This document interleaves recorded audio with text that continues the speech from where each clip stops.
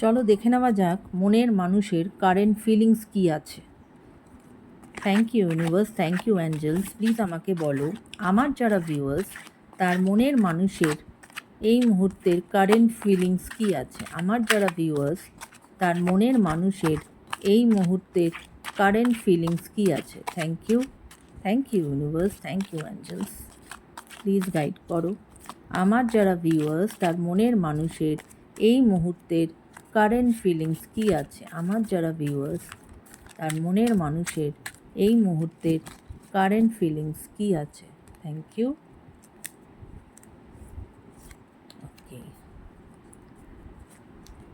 Wow, 6 of Wands, it's a victory card. কি বলছে?